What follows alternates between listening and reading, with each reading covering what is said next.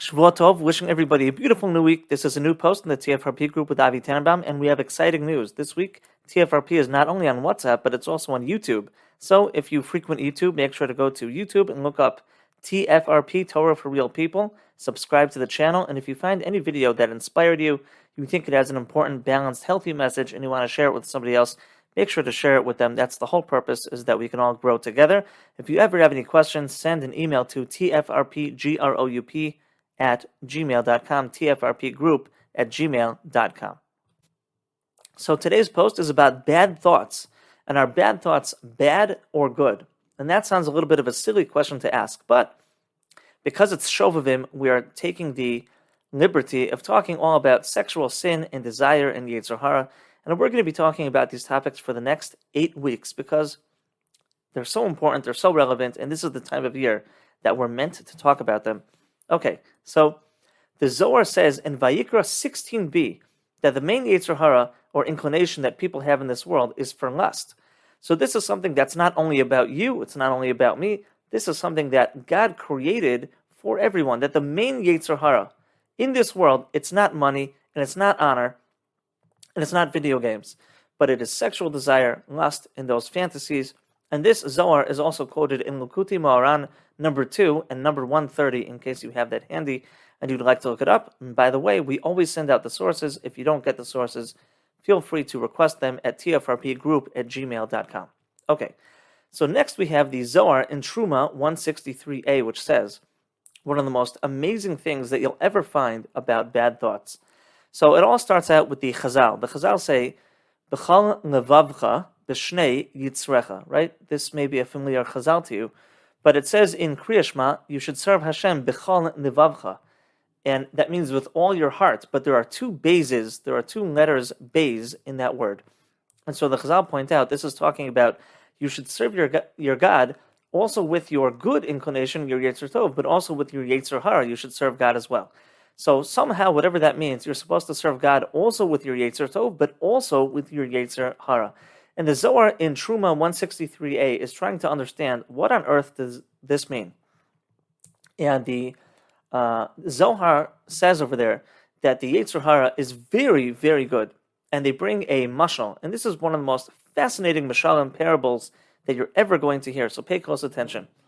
So says the Zohar that one time there was a king, and the king wanted to make sure that his son was worthy of coming into the palace. You know, it's no easy thing to be part of a royal family. You have to be worthy of it. You're representing the kingship. And of course, there's all sorts of perks and benefits to be in the royal family, but you've got to be worthy. You've got to show up and be worthy of the title, right? So says the Zohar that one time there was a king that wanted to make sure that his son was worthy of coming into the deepest places in the palace of the king. And so what he did was as follows. When the son of the king was not around, the king asked a prostitute, a certain zonah, to come into the palace. And he knew that she would work in the district near the palace, and he asked the servants to come bring her inside the palace. And he says to her, Mrs. Zonah, I have a job for you. I would like to hire you to test my son. I want to see if my son is faithful. I'm going to pay you money for this, and that's going to be your job. You're going to go to my son. You're going to find my son, the son of the king, and you're going to try to attract him to sin with you. And whatever he does or doesn't, I want you to report back to me and let me know what happens. And so the Zonah, happy to take this job and make some ends meet to cover her bills, she goes and finds the son of the king and tries to attract him to sin in all sorts of ways and to do all sorts of things with him. And he declines and he says, get away from me. I don't want you. I'm not interested. Have a good day. He tries to get away from her. And he manages to be free of sinning with the zonah. And the zonah then goes back to report to the king and is gladly able to report that, thank God, the king's son is truly worthy of being in the palace and being part of the royal family. He really stood up to the test. He's a great guy. He's got great morals and ethics, and he's just a very upstanding person. Okay? And this is the mashal to the yetzer hara, that God took the yetzer hara and he took this yetzer hara, which is like the zonah, and tries to test us to see if we're loyal to the king and to be worthy of being close to Hashem and being in the greatest places in the palace of the king, which some of the commentators on the Zohar say is talking about in the world to come.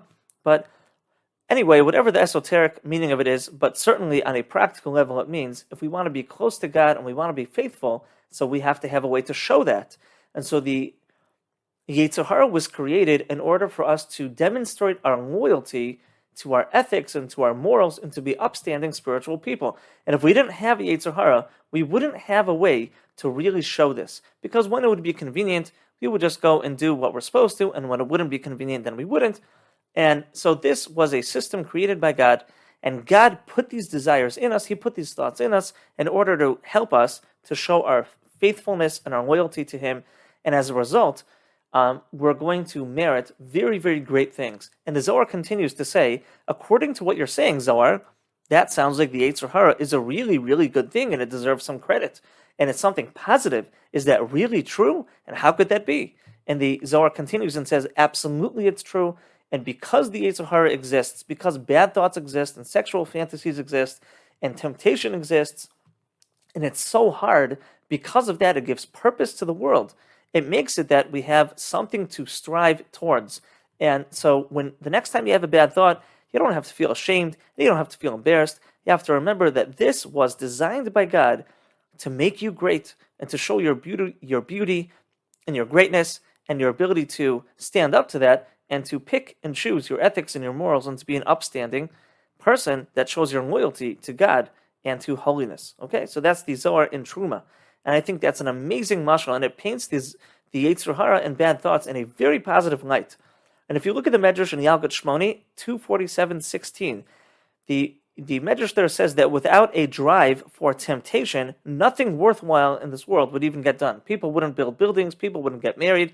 And so the idea that we have a yetzer hara, we have an inclination, that's actually what gives us drive and motivation to get anything done. It's constructive and it's important in the world. And the Rambam says in Deyos 3:1 that it is incorrect to view our drive for lust and temptation as bad and to withdraw from it completely. And he says that a person who withdraws from temptation and lust in an extreme way completely, and he says, you know what, I don't want to be bad, so I'm not going to get married, and I'm not going to be involved in business, and I'm just going to be a hermit and live far away. He says that's incorrect behavior, and this is not the Jewish way. The Jewish way is to view the constructive purpose of temptation, of desire, and to embrace it and use it and manage it in order to serve God. And the Tanya says in chapter 27 that we are very normal for having bad thoughts, and this is what makes us great, and we have to manage them and make good choices when we have them. And of course, there are halachas about this, but this is no sort of embarrassment, and it's nothing to be angry about, and it's our calling, and this is what makes us beautiful. So the next time we have bad thoughts, and we feel ashamed, and we feel embarrassed, and we're not sure what this means about us, remember that it's universal, it was created by God, and it's something that's there to help us to be great, and to demonstrate our loyalty, and we're going to have many more TFRPs about what to do if this is hard, what to do if I gave in too many times, what to do if I don't know how to overcome bad thoughts, and we have tons of great stuff in that too, and we'll get to all that, God willing, so please subscribe, please stick with us when we get to that as well. But I want you to just know that it's okay if we have bad thoughts, if bad thoughts come to us. This is like the zonah in the Zohar that comes to us. It's exactly the same parallel. Just like the zonah was sent by God to us to tempt us, so too we have thoughts that come to us all the time and try to tempt us as well. This is what makes us human, this is what makes us beautiful and great, and this is what ultimately makes it all worthwhile and purposeful to be in this world and to earn great reward. Okay, have a good week, and we should merit to overcome our thoughts and relate to them in a healthy, happy, balanced way and to make good choices.